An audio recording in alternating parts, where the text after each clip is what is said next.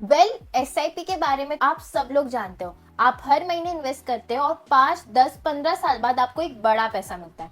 But एक और चीज है जो काफी पावरफुल है, वो है SWP, सिस्टमैटिक विड्रॉवल प्लान। सो SWP होता क्या है? सिंपल शब्दों में कहे तो अगर आपने म्यूचुअल फंड की किसी भी स्कीम में पैसा इन्वेस्ट किया है तो SWP से आपको हर महीने फिक्स डेट को फिक्स अमाउंट मिलता है, और वो अमाउंट निर्भर करता है कि आप कितना इन्वेस्ट कर रहे हो।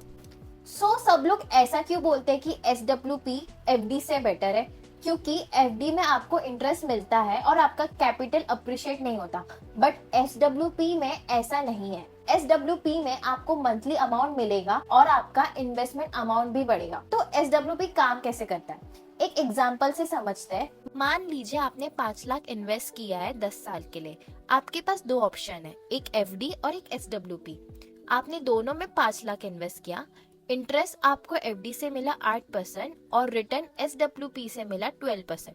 मंथली इंटरेस्ट हुआ 3,333 और मंथली विड्रॉवल हुआ SWP से 4,000।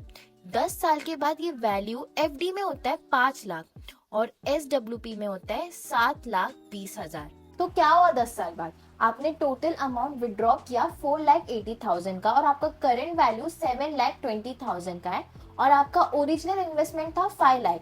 देखा, 10 साल बाद भी आपके पास ₹7.2 लाख का बैलेंस बचा हुआ है, जो आपके 5 लाख से भी ज्यादा है ना फायदे वाली बात। आप सब लोग सोचेंगे कि FD करना सही नहीं है, SWP बिल्कुल सही डिसीजन है। लेकिन अगर आपको SWP करना है तो मिनिमम हॉरिजन 3 ईयर्स से ऊपर होना चाहिए। और FD और SWP का ये फर्क है कि FD में आपका ₹5 लाख कभी नीचे नहीं जाएगा, वैसे ही आपका इन्वेस्टमेंट वैसा ही रहेगा। पर SWP में ऐसा नहीं है, थोड़े समय के लिए ₹5 लाख नीचे जा सकता है, बट लॉन्ग टर्म में ऊपर ही जाता है। तो SWP में आप किसी भी अमाउंट से स्टार्ट कर सकते हो, 1 लाख, 3 लाख, 5 लाख, 10 लाख। अगर आपके पास पैसा बैंक अकाउंट में पड़ा है या आप किसी चीज के लिए सेविंग कर रहे हो और चाहते हो कि हर महीने थोड़ा थोड़ा पैसा मिलता रहे, तो SWP एक ऐसा ऑप्शन है जिसको आप जरूर कंसीडर कर सकते हो। अगर आपको भी इन्वेस्टमेंट करना है या SWP के थ्रू रेगुलर इनकम प्लान करनी है तो रूट्स कैपिटल से कॉन्टैक्ट कीजिए।